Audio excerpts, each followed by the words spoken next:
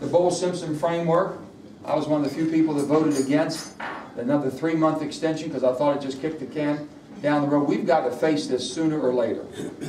We're at $16.4 trillion of debt that we've accumulated, which is as great as our GDP, which is the value of our economy. First time since World War II that's happened. You've got a lot of challenges that are coming down. The only thing that's kept us from going into high inflationary times or a recession is the rest of the world's in worse shape than we are. Still the safe haven. So when countries want to park their money, they want to make sure their money's in a safe haven, they still come to the United States. If Europe or Asia ever gets its acts back together, we could have a challenge and have some problems. Because then we're going to have to offer more incentives for you to buy our debt. Because make no mistake about it, we've got to sell our debt. We're accumulating debt at $4 to $5 billion a day.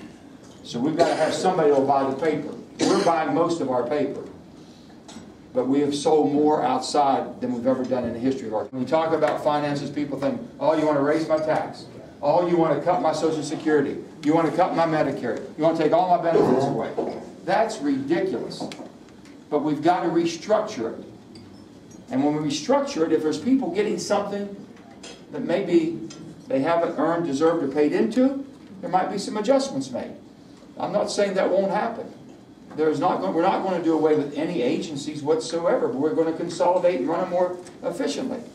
I don't think that you're going to see Social Security being privatized or Medicare being a voucher system. I don't think you're going to see that. But we are determined to run them more efficiently. $64 billion of waste last year, and when I say waste, fraud, abuse, and waste, just in Social Security and Medicare. We know that from the General Accounting Office. We had $385 billion last year we didn't collect in taxes that was owed to the United States government. If you just a little bit more efficient there, it makes up a heck of a difference. But it's tough when you start making those efficiencies. You step on somebody's toes. And then they get the scare factor, paranoia sets in, everybody's afraid. Oh, don't believe that. Don't believe government. Once they start there, they'll take all this. And we've gotten to a dysfunctional place because we're losing the confidence of you all, of our citizens. That's really what's happening. Business has lost confidence in us governing ourselves in Washington. Business is moving on. Remember how everybody said business has stopped, they're waiting? They quit waiting. They couldn't wait no longer. They've got to go and take some uncalculated risks because they just got to move on. And we've got them out there really hanging. So this is going to come to a head sooner or later. No different than your own finances. Whether you have a small business, whether you work for a company, whether you work for an organization, if you know you've got financial challenges and your finances aren't kind of adding up at the end of the day, you're going to come and have to make a decision. If not, somebody will make one for you. They're going to say, guess what? You're cut off. Your credit's done. You can't borrow no more. You're over. Then you're going to be forced to make adjustments you never want to make. We come from a fossil state or a coal state, but basically this country should have an all-in energy policy. That means you use all the resources you have in the best environmentally friendly way between the economy and the environment. If you can do that, then you should use the resources that you have. We're not doing that. And where I've been at odds with our administration is that they basically try to pick and choose and move a market where a market won't go. So only thing I've said proportionally, if you're going to depend on coal, 35 to 40% of your energy for the country, then you should be using it in the cleanest fashion you can. You should be developing technology that allows us to use it. Think of it this way. I'm not a denier in climate change. Trust me, there's 7 billion people on this wonderful planet. We have something to do. We have contributed to the changing climate that we have. So anybody that's in denial, I think, is wrong if they don't look at the facts. With that being said, here's the rest of the facts. 8 billion tons of coal is being burned in the world. 8 billion tons. The United States of America burns 930 million, less than 1 billion. Think about it. Less than 1/8 of the fossil is burnt in this country. And if you think if we quit burning every lump of coal, we're going to clean up the environment, then we've got some oceanfront property pretty close to here. Horrible tragedy at Newtown when you have 20 babies, truly 20 little babies, and 6 years of age going to kindergarten, get slaughtered. That's changed. Now with that being said, you got everybody going off on different.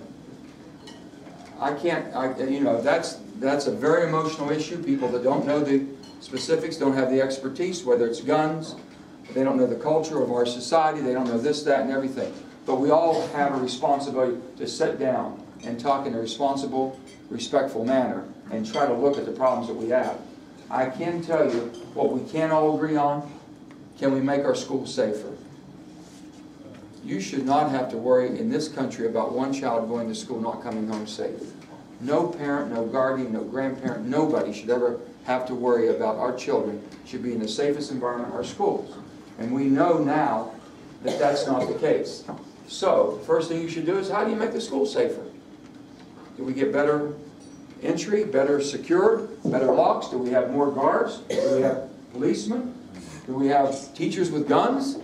What do we do?